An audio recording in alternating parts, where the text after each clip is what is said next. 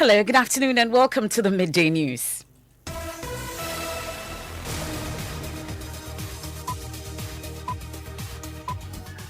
The news is live from our studios here at Kokomlimle's Joy 99.7 FM here in Accra.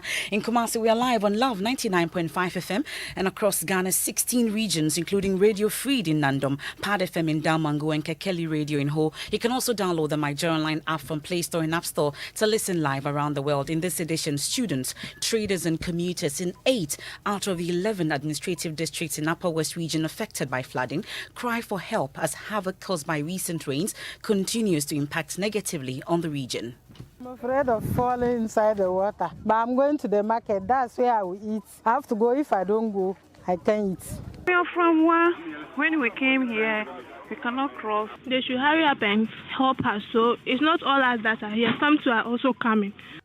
And as government resort to emergency fund to fix roads destroyed by the floodwaters, owners of some 80 homes destroyed say they are in urgent need of shelter.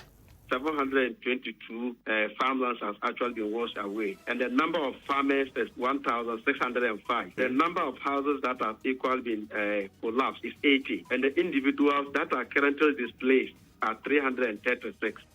We hear live from the regional minister. Also, 88 hospitals under the government Agenda 111 takes off today as President Akufo-Addo commits to make Ghana Center for Excellence of Medical Care by 2030. Once completed, it will provide job opportunities for some 20,000 health professionals and thus enable the Ministry of Health recruit more doctors, nurses. And as our COVID-19 cases surge, the health minister has announced construction of treatment centers across the country. All these treatment centers have got financial coverage, and we have promised to complete these in good time for our youth. Also in this package, authorities of St. Monica's College of Education in Mampong to sanction Anglican priest kissing female students were live at the school as residents condemn the act. It's not good for you to be kissing students. When they go outside, people will not respect them. I wasn't happy at all. You should have hugged them instead.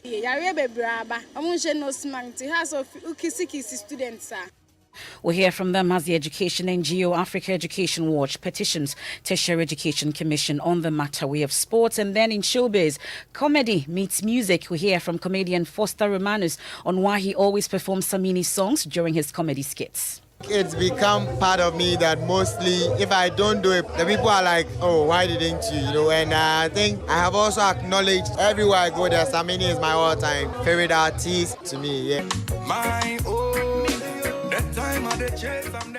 You want to stay for that and more here on the Midday News with me, Emefa Apau.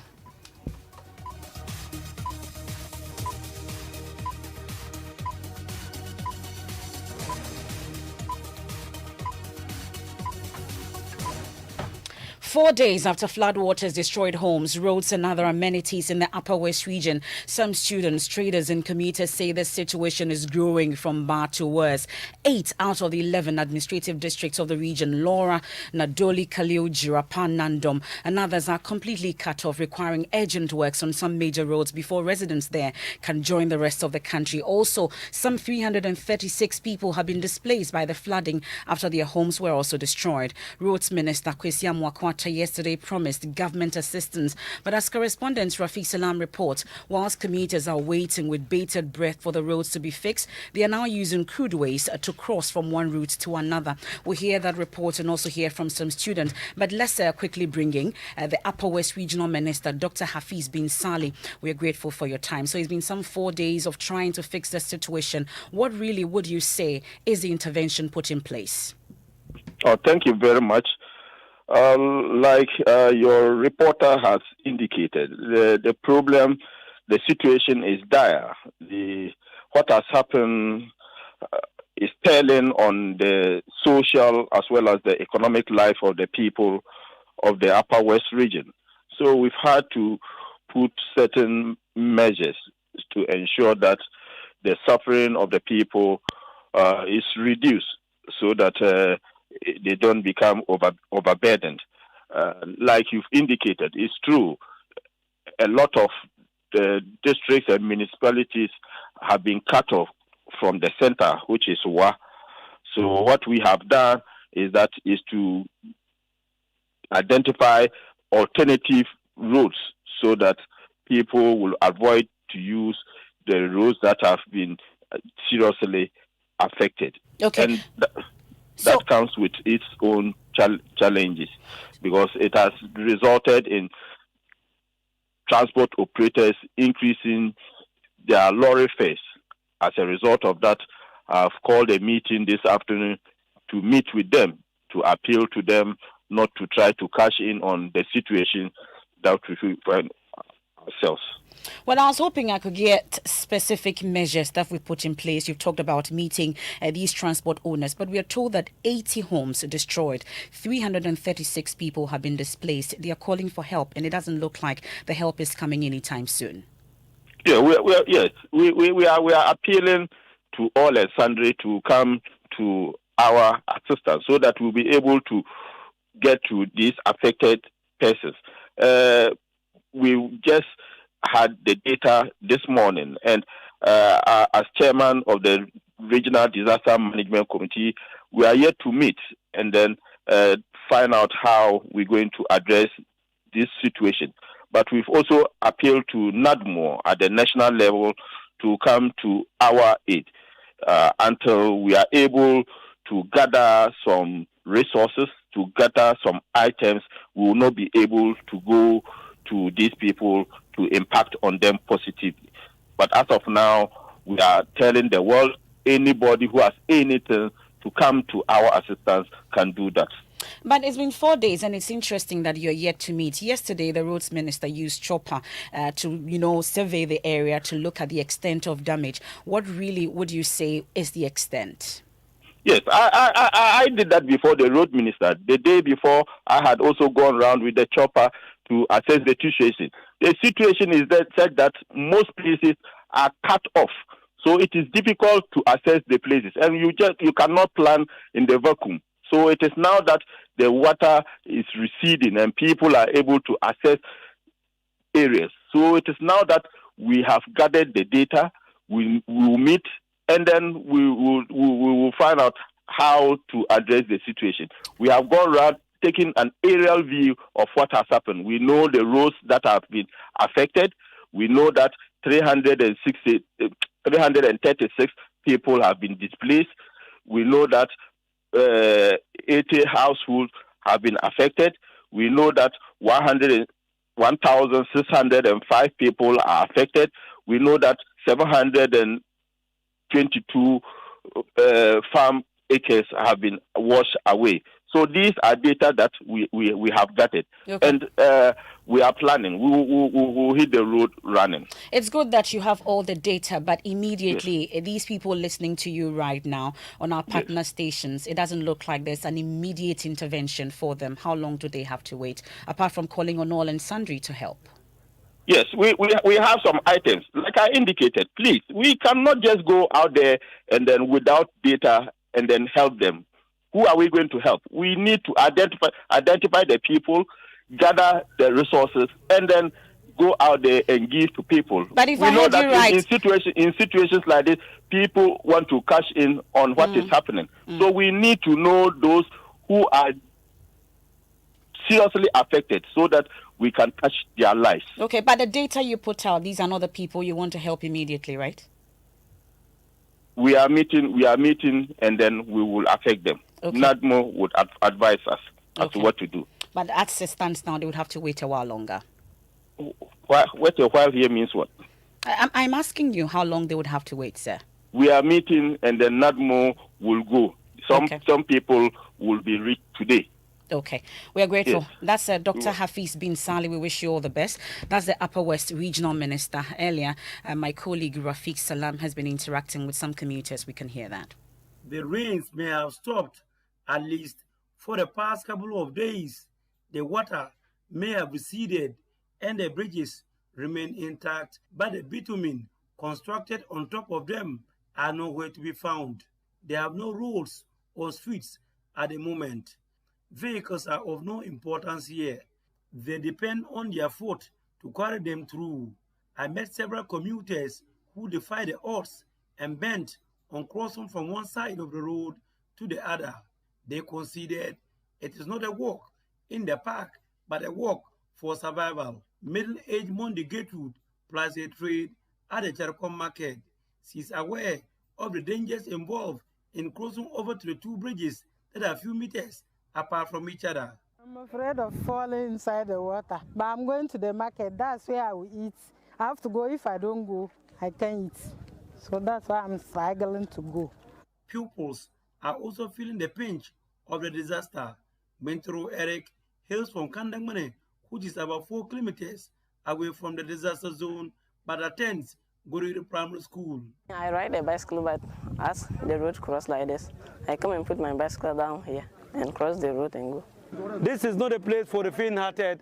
For one to move from one end of the road to the other, we have to use this route. This is a ladder that was constructed, well constructed, very weak, but that's the only means that they can use to access the other side of the road. Yao Stephen, together with few of his friends, constructed a ladder using jaded and weak boards to enable stranded passengers pass through. It is, however, not for free. My aim of constructing the ladder is to help them to cross, so anybody who uses it part with 1 Ghana cedis. Meanwhile, Roads and Highways Minister Kwesi Amankwata painted a mental picture of the situation after flying for an hour touring the affected areas with an helicopter. And I saw it, the approaches to the pipe drains and the U drains have been destroyed. The drains themselves are intact because they were solidly built. It's an emergency situation and it will be given an emergency treatment with all the powers that are at the disposal of President Akufo-Addo and his government. Reporting for Joy News, Rafik Salam, Gorigiri. Now I'll take you to the Ashanti region, where work on the construction of 88 district hospital has started across the country under the government Agenda 111 project at a cost of almost $17 million. The project, when completed in 18 months, will deliver to each underserved district a world-class health facility capable of attending to all major ailments. At Trede in the Ashanti region today, President Akufo-Addo cut sword for work to start. Addressing the Dema, the president said making Ghana the center of excellence for medical care in Africa by 2030 remains his priority, and counted on the project to attain that feat. So far, 88 out of the 101 sites have been identified, including this one at Trede, the site for the construction of the Achuma-Kwanwoma District Hospital. Work on the other 87 sites also commenced today. The acquisition of the remaining 13 sites will be completed shortly for work to begin. Each hospital is being constructed at a cost of $16.88 million United States dollars. That is 12.8 million United States dollars for construction and 4 million United States dollars for medical equipment. All the hospitals are to be completed in 18 months. Work will commence on the regional and other hospitals in the latter part of the year. The president also disclosed some unique facts that influenced government's decision to invest in the Agenda 111 initiative.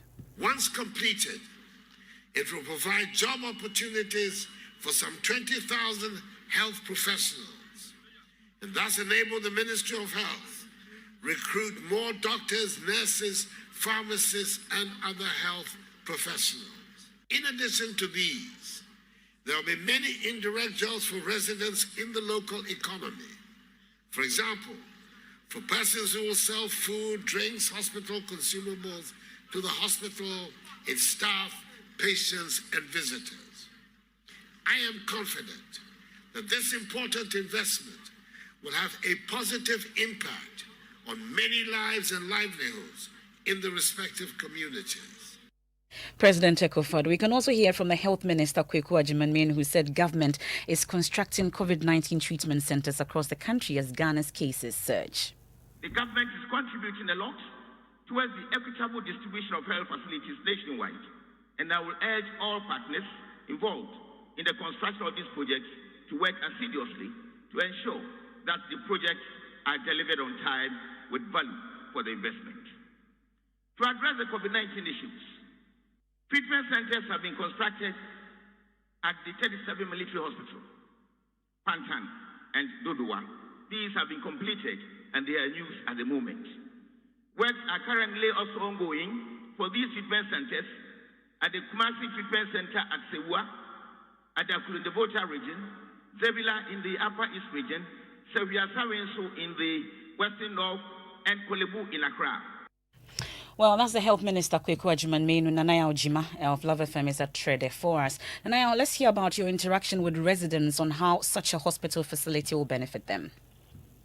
So residents of Pechi and other parts of Kumasi who will be receiving such a facility are happy about it, especially when Kumasi has challenges in terms of infrastructure that's in the area of healthcare. But the questions many continue to raise is whether government is committed to seeing that these projects are completed, especially when already there are some projects that the previous government started but are yet to be completed. That's my colleague Nana Yaojima. It's time for our Drive Safe campaign. Safe driving saves lives. Drive safe. And we stay in the Ashanti region because stakeholders, especially Queen Mothers at the viewing of Seth Kwame Boateng's Crushed Young documentary, have resolved to become road safety ambassadors to advance the advocacy. Seth's documentary highlighted how children are dying from road accidents on a daily basis and proposed solutions as to addressing it. We'll hear from some of the Queen Mothers shortly, but listen to the story of one of the characters in the documentary, 6-year-old Peter Mensah. He was knocked down by a vehicle on the 12th of July 2017. His legs were badly damaged and doctors had no other choice than to amputate both legs. I want to be a pastor in future. This is Peter Mensah, a 10-year-old boy stuck in a wheelchair. He has suffered one of the worst amputations. His 2 legs have been amputated. On 12 July 2017, Peter left for school in the morning, but before noon, Peter was battling for his life. He was only 6 years when this life-threatening disaster struck him. My teacher sent me home to collect studies and printing fees I owed. My grandmother sold maize by the roadside, so I decided to go to her and collect the money. She wasn't around when I got there, so I decided to head home for the money. I was knocked down when I was crossing the road. This happened at Ofensu Mase, a suburb of Ashanti. Peter owed the school only 3 cedis, 2 cedis as printing fee and 1 cedi as studies fee. Peter is now permanently disabled. He is young, but Peter is already feeling the cost of his accident. In the past, I could play with my friends and do anything with them. But now, I am stuck and unable to play with them. All my friends are able to walk, but I cannot. Except from the latest Hotline documentary, Crushed Young, and as Prince Apia reports, participants at the Kumasi premiering offered to take action to protect children from road accidents. It's been an emotional viewing of the documentary Crushed here at the Kumasi City Mall. The viewing attracted so many stakeholders from almost all the socio-economic divide from the Ashanti region and beyond. After more than 2-hour viewing of this particular documentary, the MTTD commander in Ashanti region, Superintendent Dubuahen, Mrs. Theodosia Jackson, who is a road safety ambassador, and the DVLA representatives that were present here all admitted that more needs to be done to address this particular challenge. People are not responsible and they take the rule into their own hands. I'm sorry to say we have laws in Ghana, but we don't implement them. Everybody does what pleases them. These are some of the things that we can prevent. They are predictable and they are preventable. If you see Nananum and then MPs and the ministers here watching this, for me as an NTTD officer in charge of the region, it is going to make my work a little bit easier. Now, some Queen Mothers that we spoke to after the viewing admitted that it is very critical they become road safety ambassadors. I will say ambassadors. You educate the Yabesha Ediko Krumi, your mom education, said the Yaba Beshen, a yara hostem, and Tiafiti Neko, Obia Namwa, on just old Chakwema, on she. Some Queen mothers there interacting with Prince Apia as they vow to protect children from road accidents. Now, father of Felix Nyako, one of the suspects in the murder of the 10-year-old boy at Kaswa, has testified against his son in court. Lawyer of the two accused persons, Samuel Ichia, tells Joy News that Felix's father, Richard Nyako, in his witness statement observed that he saw the act being committed by the two accused persons. Mr. Nyako then proceeded to arrest the son and subsequently handed him over to the police. The two, Felix Nyako, 15, and Nicholas Kwame Kani, 19, are standing trial for the murder of the 10-year-old Ishmael Mensah Abdullah at Kaswa in April this year. The two accused persons appearing before the Kaneshie District Court yesterday revealed they were also involved in the murder of a pregnant woman. Lawyer for the two, Samuel Etia, says the revelation came as a shock to him. He's been speaking to my colleague Kwesi Parker-Wilson. The judge asked them if they have anything to say, so that the judge puts him on record and submits him to the trial court. And what they did that, the A1 gave statement that said what he knew about the whole thing. And then A2 also said same thing. But unfortunately, A1, which is Felix Nyako, after he has made a statement or confessed to the court what actually happened, also said that they have also committed similar offense. What exactly was the revelation, sir? He said that they have also killed a pregnant woman before. Did it come to you as a surprise as a counsel for the two suspects? Yes, it came to me as a surprise because I had conference with them before we started the committal proceedings and told them that if anything that they want to say, it will be taken against them and they are at liberty to state exactly what happened, what they know. But they didn't mention to me that they have previously committed such an offense. So it came to me as a surprise. So even I attempted raising objection, and my lord said no. I should allow them to. If you look at the evidence, the appearance, even if you look at the testimony, the witness statement by the appearance, it will confirm that the accused persons have committed the alleged crime. Now, in a related development, mother of Nicholas Kwame Kani has refused to visit the son in cells in spite of calls on her to show compassion in these difficult times. The grandfather explains the conduct of Nicholas has brought shame to the family. Because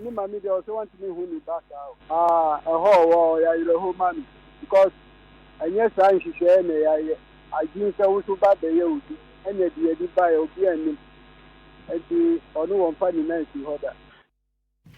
You heard the grandfather of one of the accused persons saying that their action has brought shame to the family. This is the Midday News here on Joy 99.7 FM. We've been hearing from students, traders and commuters in 8 out of 11 administrative districts in Upper West Region affected by flooding as they cry for help as havoc caused by recent rains continues to impact negatively on the region. When we return, we have sports, and Ghana is expected to draw one of the continent's top sides in tonight's 2020 AFCON pairing. We'll hear from head coach CK Akono shortly. And then also authorities of St. Monica's College of Education in Mampong to sanction Anglican priests kissing female students. We're live at the school as residents condemn the act. It's not good for you to be kissing students. When they go outside, people will not respect them. I wasn't happy at all. He should have hugged them instead.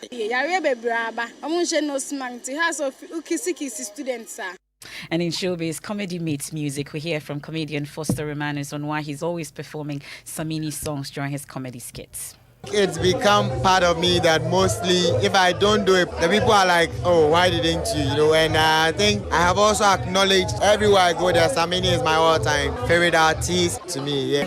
My own, that time of the chase, I'm then no money they owe. My own.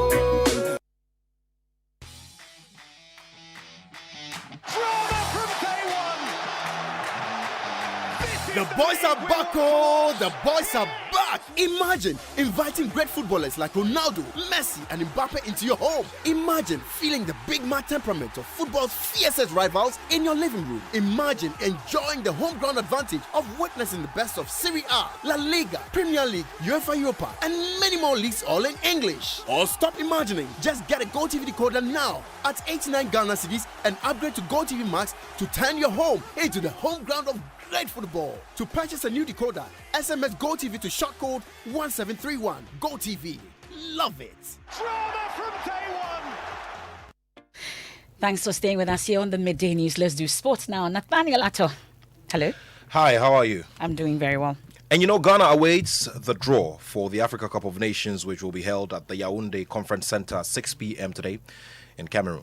Now, the Black Stars coach Sikia Kono and head of the national teams department of the FA, Alexa Sante, will be present at the event after arriving in Cameroon on Sunday. Now, 24 participating teams will be divided into 6 groups of 4 teams in the tournament, which will be played between January 9 and February 6th next year. Now, Ghana is in pot 2 and will likely face heavyweights like Cameroon, Algeria, Senegal, Tunisia, Morocco, Nigeria, and the like. However, coach Sikia Kono declares that his team is ready to face any opponent. You need to be in a team that you'll be regular, actively playing. We try as much as we can, at the technical team to look all over, to look for the players. So like, for instance, now we have Kelvin Yeboah in the squad. I'm sure his name is new to everybody, and so that's what we do. Once we know this can be of good help to us, we bring him on board and then see. So we continue to do that. I expect nothing. Anything that comes, we should be able to deal with it. And so we'll be ready for any other group that will come across. Black Stars coach Sikia Kono there. There's more on our digital channels and others. Thank you very much, Nathaniel. And authorities of the St. Monica's College of Education in Asante Mampon say they will sanction the Anglican priest seen in a video that has gone viral, kissing female students there. The priest, who has also been identified as Reverend Father Labi, is seen kissing 3 female students at the college on the lips. Social media users have seen the video and have expressed outrage over the conduct of the priest. Meanwhile, school authorities are locked up in a management meeting over the conduct of the priest. Well, we'll speak to our reporter who is at the school shortly, but listen to some residents who have condemned the act. It's a disgrace to those Reverend Fathers outside because this man have disgraced all of them. It's not good for you to be kissing students, and when it comes to the student side, when they go outside, people will not respect them because it's not good to do this. Me de me when they say kiss the enchia, but a bagana there, if I say kiss the enye. I was embarrassed because if he was my father, I can't even go out that day. I wasn't happy at all. He should have hugged them instead, or give them something, or tell the public that these people, they have done this and I'm using it to appreciate them, or something like that. Yeah, very embarrassed. The students, they shouldn't do that. If it were me, no, I wouldn't allow him to kiss me. Abrofo dia omutimi yes ade na tambia, but ye Ghana ha de ye yes ade no ota ye sade no wo abonten public a entwa yie nti me ne sofo no nya adwen se o yes ade no yare bebra ba omunhye no smart has of kisi students are. Well, some reactions there. Ohiming Terrier is to the school grounds. He joins us with more on this. Ohiming, what have you been able to pick up? Yes, sir. MFR, the management of the school has been in the meeting since morning discussing the issue a few minutes after the Anglican Church issued a statement on the conduct of the Reverend Father, who we told is a chaplain of the school. We are also learning that the incident occurred just Sunday, a few minutes after leadership of the new leadership of SRC took office, and then the father said he was administering and giving the students who are part of the chaplaincy committee of the school peace case, and this peace case is what has resulted in the public outrage. Now I'm learning that school authorities say they will use every policy on sexual harassment and that of the tertiary training colleges to sanction the Reverend Father, who we are told has now been released of his position for now. Well, thank you very much. That's Ohiming Teria. There's more on this subsequently also on myjoyonline.com. It's time for Showbiz. Mapito.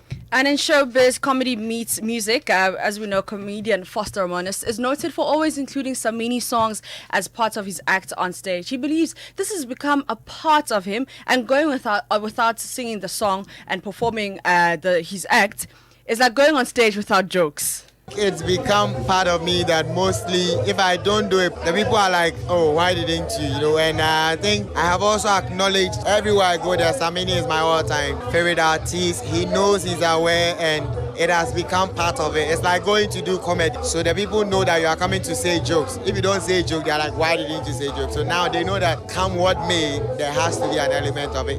He's always happy about it. The last time he actually tagged me to a post, Instagram and Facebook, that I do justice to his song, so he was bigging me up. I actually screenshot it. It meant a lot to me, yeah.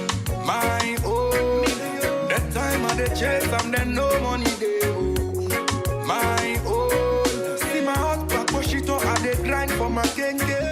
On that my own note, we end this edition of the Midday News. But on the international front, U.S. President Joe Biden has defended his administration's decision to pull out of Afghanistan. Mr. Biden admits events developed quicker than he thought and blames Afghan leaders for the collapse. Afghans left behind are speaking of a terror on the ground. Also on myjoyonline.com, a number of stories that you'd want to read for yourself there, making the headlines. You can get more. And the Anglican Church condemns priests kissing students at St. Monica's College of Education, and social media users condemn that viral video. Also, there is no majority. They don't have the power. Alban Bagbing tells NPP Mahama begins thank you tour after 2020 elections today. That and more on myjoyonline.com. Living Word with Pastor Menso Tabil, excelling in your works. I am MFA Pau. Thanks for your company.